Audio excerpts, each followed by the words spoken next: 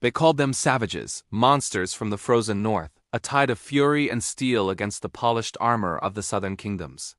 But history is written by the victors, and the world forgot a crucial truth. Monsters are not born, they are made.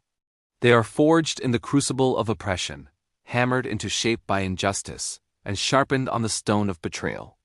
When the so-called civilized kingdoms turned their blades against the free folk of the north, seeking to claim their lands and shatter their spirit, one man rose from the snow and ash, a Ragnar. They would come to call him the last barbarian king, a name whispered in both fear and reverence. He was not born to a throne of gold. There was no royal blood in his veins, no crown passed down through generations.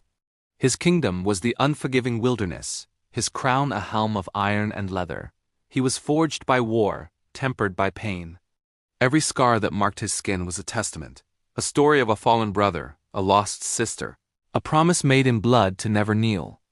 While kings in their high castles plotted for more power, for grander titles and heavier coffers, Ragnar fought for something far more precious, something they had long forgotten: freedom. He fought for the right of his people to live without chains, to breathe the mountain air as their ancestors had, to determine their own destiny. His war was not one of conquest, but of defiance. The kingdoms, with their endless legions and siege engines, saw him as a mere obstacle, a final remnant of a dying age. They marched north with fire and steel, confident in their numbers.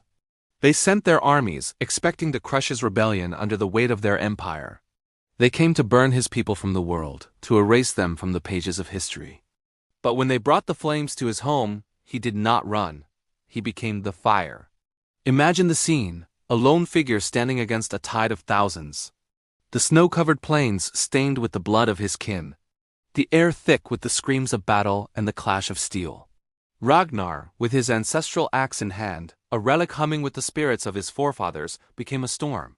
He was not just a man fighting an army. He was a force of nature unleashed. He moved through their ranks like a reaper through a field of wheat, his every swing a strike for vengeance, his every roar a prayer to the old gods. Arrows rained down like a metal storm, but he was shielded by a fury that seemed to turn them aside. Knights in shining armor charged, their lances aimed at his heart, only to be shattered by the raw power of his blows. He fought with the strength of the mountains and the speed of the winter wind. He fought for the children hidden in the caves, for the elders who had seen too much sorrow, for the very soul of his people. And as the battle raged, as the day bled into a long, cold night, something shifted. The soldiers of the Empire, who had marched with arrogance, began to feel a tremor of fear. This was not the savage they had been told about. This was a king, in the truest sense of the word. A king who bled with his warriors, who stood on the front line, whose crown was his courage. The legends born from that day are many, whispered around campfires from the northern wastes to the southern coasts. Some say he single-handedly broke the spine of the invading army before falling, a mountain of slain enemies at his feet. They claim he died that night, his body carried away by the spirits of the wind. A noble end for a warrior king. But other tales persist, tales of a different ending. They say that when the last enemy fell and silence descended upon the battlefield, Ragnar, wounded but unbroken, simply walked back into the heart of the storm from which he came.